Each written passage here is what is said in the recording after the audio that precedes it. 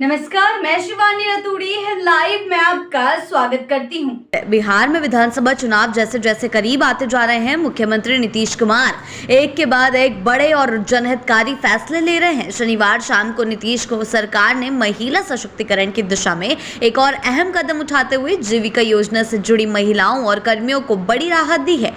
मुख्यमंत्री ने ऐलान किया है कि जीविका दीदियों को मिलने वाला लोन अब पहले से सस्ती दरों पर उपलब्ध होगा और इसके साथ ही उन्होंने कहा है जीविका कर्मियों का मानदेय भी दोगुना कर दिया गया है। इस फैसले को सीधे तौर पर राज्य के 1.40 करोड़ से अधिक महिलाओं के जीवन से जोड़कर देखा जा रहा है, जो स्वयं सहायता और समूहों के माध्यम से जीविका योजना से जुड़ी हुई हैं। मुख्यमंत्री ने सोशल मीडिया पोस्ट के जरिए बताया है कि अब जीविका समूहों को 3 लाख रुपए से अधिक के ऋण पर 10% की जगह केवल 7% ब्याज देना होगा। सरकार के अनुसार इससे दीदियों की आर्थिक सशक्तता और उनकी आय में सीधा इजाफा होगा। यही नहीं, जीविका से जुड़े 1.40 लाख कर्मियों को लेकर भी सरकार ने ऐतिहासिक फैसला लिया है। अब इन कर्मियों को पहले से दोगुना मानदेय मिलेगा। इसका उद्देश्य केवल आर्थिक सहयोग नहीं बल्कि इन कार्यकर्ताओं का मनोबल बढ़ाना और योजना के संचालन में उनकी भूमिका को मजबूती देना है।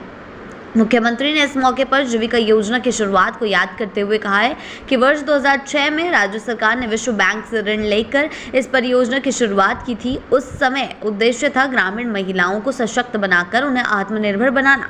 आज नतीजा यह है कि बिहार की सड़कों से लेकर गांव की गलियों तक 1.40 करोड़ से अधिक महिलाएं जीविका के माध्यम से अपना और अपने परिवार का भविष्य संवार रही है। जी हाँ, नीतीश कुमार ने पोस्ट में अपने लिखा है कि जीविका दीदियों को मिलने वाला सस्ता लोन अब न सिर्फ उनके लिए संसाधन बनेगा बल्कि ग्रामीण अर्थव्यवस्था को भी गति देगा। इससे कृषि, पशुपालन, लघु उद्योग जैसे क्षेत्रों में महिलाओं की भागीदारी और प्रभाव दोनों बढ़ेंगे। यह ताबड़तोड़ फैसलों की एक कड़ी भर है, जिससे इससे पहले शनिवार को भी यह ताबड़तोड़ फैसलों की एक कड़ी भर है। इससे पहले शनिवार को ही मुख्यमंत्री ने राज्य के बुजुर्ग, विधवा और दिव्यांग लाभार्थियों को लेकर एक और बड़ा फैसला लिया था। अब इन वर्गों को हर महीने मिलने वाली पेंशन राशि 400 से बढ़ाकर 1100 कर दी गई है।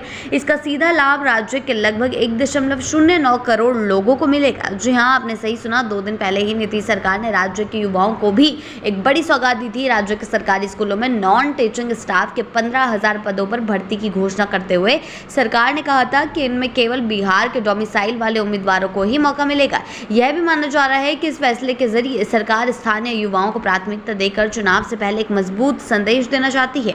इन सब के बीच विपक्षी दलों की प्रतिक्रिया भी आने लगी है। कुछ इसे चुनावी लॉलीपॉप बता रहे हैं तो कुछ मान रहे हैं कि यह नीतीश कुमार का पॉलिटिकल मास्टर स्ट्रोक है। पर एक बात तो तय है कि बिहार के राजनीति मैदान में नीतीश कुमार ने एक बार फिर खुद को नीति पुरुष के रूप में पेश करने की पूरी कोशिश की है और यह भी साफ किया है कि चुनाव महज नारों और चेहरों का नहीं बल्कि नीतियों का भी होगा।